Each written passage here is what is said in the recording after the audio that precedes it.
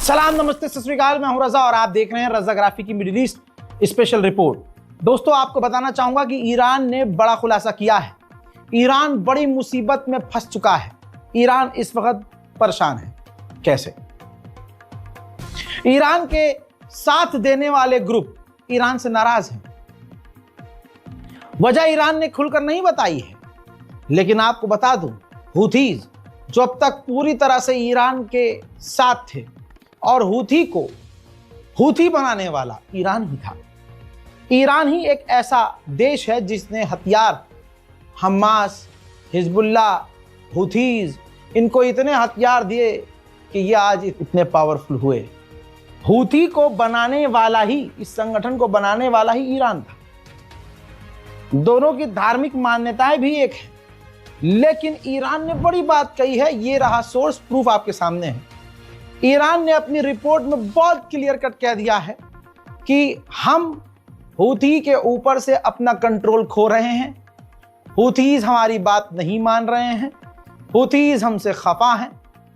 जब डील हुई थी गाजा और इजराइल की सीज फायर की, तो अमेरिका ने हमें बुलाया था, लेकिन हम नहीं गए थे, क्योंकि हम टू स्टेट को मानते ही नहीं हैं। हम कहते हैं पूरा का पूरा फिलिस्तीन है और इजराइल को फिलिस्तीन की ज़मीन छोड़नी चाहिए। हमारी नीति है फिलिस्तीन को सबसे ऊपर रखना, लिहाजा उस मीटिंग में हम नहीं गए। लेकिन शायद ये बात हूथीज को बुरी लग गई। हूथीज हम पर से निर्भरता ख़त्म कर रहे हैं। हूथीज हम पर अब डिपेंड नहीं है। वो हथियार भी इकट्ठे कर चुके हैं, हथियार शायद कहीं और से भी ले रहे हैं, कुछ भी कर रहे हैं, लेकिन अब हमारा उनके साथ कोई भी वार्तालाप, कोई भी लिंक नहीं है। वो अपने आप जो कर रहे हैं अपने आप कर रहे हैं, हमारी तरफ से कुछ नहीं है। वहीं इसके बाद और डराने वाली बात आती है, जो ईरान ने खुद बताई है कि उसका पड़ोसी मुल्क जो इराक है, ईरान और इराक के बॉर्डर मिले हुए हैं। तो ईरान ने कहा है कि जो हमारे लड़ाकू संगठन इराक में हैं, अब वो भी हमारे कंट्रोल में नहीं है और ना वो हमारी सुन रहे हैं। उनकी अपनी नीतियां हैं, उनकी अपनी प्रायोरिटीज है, वो अपने हिसाब से काम कर रहे हैं। हजरात, इजराइल का एक फाइटर जेट, ये तस्वीर देखिए, इजराइल का एक फाइटर जेट इराक और ईरान के काफी करीब बॉर्डर तक पहुंच गया और इतने खतरनाक अंदाज मोड़ रहा था, उसने साउंड बैरियर तोड़ दिए। और उसके बाद खबर यह आ रही है कि कतर से अमेरिका का एक फ्यूल टैंकर उड़ा और उसने हवा से ही इजराइल के फाइटर जेट को हवा में रिफिल किया और दोबारा इजराइल जो है वहां से उड़ान भरकर वापस अपने इजराइल के बेस पर आया। यानी अब क्लियर है, ईरान को टेस्ट कर रहा है इजराइल, डिफेंस सिस्टम और उसके वो कितना एक्टिव है ये भी चेक कर रहा है इजराइल। हर दिन ऐसा लग रहा है कि ईरान और इजराइल की जंग करीब। उधर ईरान में महंगाई की मार, भाई साहब, आप सोच भी नहीं सकते। ईरान ने एक बार फिर से अपने मुल्क के अंदर पेट्रोल डीजल के दाम बढ़ा दिए हैं, लेकिन कहा जा रहा है इतना हाहाकार नहीं मचेगा, क्योंकि भाई साहब वहां तो अच्छा खासा तेल उनके पास है ही। ईरान को बड़ी कामयाबी मिली है। ईरान ने एक शिपमेंट पकड़ी है हथियारों की, जो तुर्की के रास्ते मूसाद ईरान भेज रहा था मूसाद के एजेंट्स के लिए। ईरान ने उस पूरी शिपमेंट को पकड़ लिया है। कल बताया था, आज दिखा रहा हूं, ईरान के सिक्योरिटी चीफ पाकिस्तान पहुंचे हैं। पाकिस्तान के प्रधानमंत्री शहबाज शरीफ से उन्होंने मुलाकात की है और तमाम ऑफिशियल से ईरान के सिक्योरिटी चीफ की मुलाकात हुई है। वहीं एक बड़ी खबर आ रही है कि ईरान और अमेरिका के बीच मीडिएटर मोहम्मद बिन सलमान बन गए हैं। मोहम्मद बिन सलमान कोशिश कर रहे हैं कि ईरान और अमेरिका की न्यूक्लियर डील हो जाए। और आपको बता दूं कि डोनाल्ड ट्रंप राजी हो गए हैं कि हमारा मीडिएशन मोहम्मद बिन सलमान करवा सकते हैं। नेदरलैंड में केमिकल वेपन बैन को लेकर एक मीटिंग होने वाली है। इसी मीटिंग को ज्वाइन करने के लिए ईरान के विदेश मंत्री नेदरलैंड लैंड कर चुके हैं। मिडिल ईस्ट में आतंक किसका है, आपको दिमाग पर जोर देने की जरूरत नहीं है। बुरी खबर है दोस्तों, लेबनान पर इजराइल जो हमले कर रहा है वो खौफनाक है और ये सीज फायर के बाद कर रहा है। लेकिन खबर अब आ रही है कि अमेरिका ने इजराइल को परमिशन दे दी है कि वो लेबनान पर और बड़े हमले करना चाहे तो कर सकता है। पूछो कोई इससे ये कैसा सीज फायर है भाई। इजरायली ऑफिशियल कट्टरवादी नेता का एक वीडियो सामने आया है जिसमें वो कह रहा है कि तमाम फिलिस्तीनियों को मार देना चाहिए, गाजा के लोगों को गजा से निकाल देना चाहिए, डोनाल्ड ट्रंप का प्लान बेकार है, फिलिस्तीन से और गाजा के लोगों को गजा से निकाल देना चाहिए। सुनिए। תגובתך על הפיגוע הרצחני הזה? לצערי הרב צפוי ולא מפתיע, ישנה רק תשובה אחת מיידית, טקטית, במישור הטקטי, שיכולה למנוע את המשך הטרור מן הסוג הזה, והוא פשוט לא לאפשר לערבים להשתמש בכבישים הללו. המקום הזה הוא מקום מועד לפורענות, זה לא ההרוג הראשון, לא השני, לא השלישי, לא הרביעי, בדיוק באותה צומת. אם האוכלוסייה הזו מוציאה מתוכה רוצחים שוב ושוב, שתתכבד ותשתמש בכבישים אחרים. दोस्तों, मोहम्मद बिन सलमान की एक बात सामने आई है। क्राउन प्रिंस मोहम्मद बिन सलमान जब डोनाल्ड ट्रंप से मिलने के लिए अमेरिका व्हाइट हाउस गए थे तो मिलते ही डोनाल्ड ट्रंप ने मोहम्मद बिन सलमान से कह दिया था कि मुझे उम्मीद है कि आप जो है नॉर्मलाइजेशन करेंगे। तो मोहम्मद बिन सलमान ने कहा था उसी वक्त कि देखिए, मुझे नॉर्मलाइजेशन से कोई प्रॉब्लम नहीं है, पर्सनली मुझे कोई दिक्कत नहीं है, लेकिन इजराइल जो गाजा और फिलिस्तीन में कर रहा है इसकी वजह से एंटी इजरायली सोच हमारे मुल्क खुद सऊदी अरब के अंदर बनी हुई है और ये वक्त और मौका नहीं है कि हम इजराइल से इस वक्त नॉर्मलाइजेशन कर लें।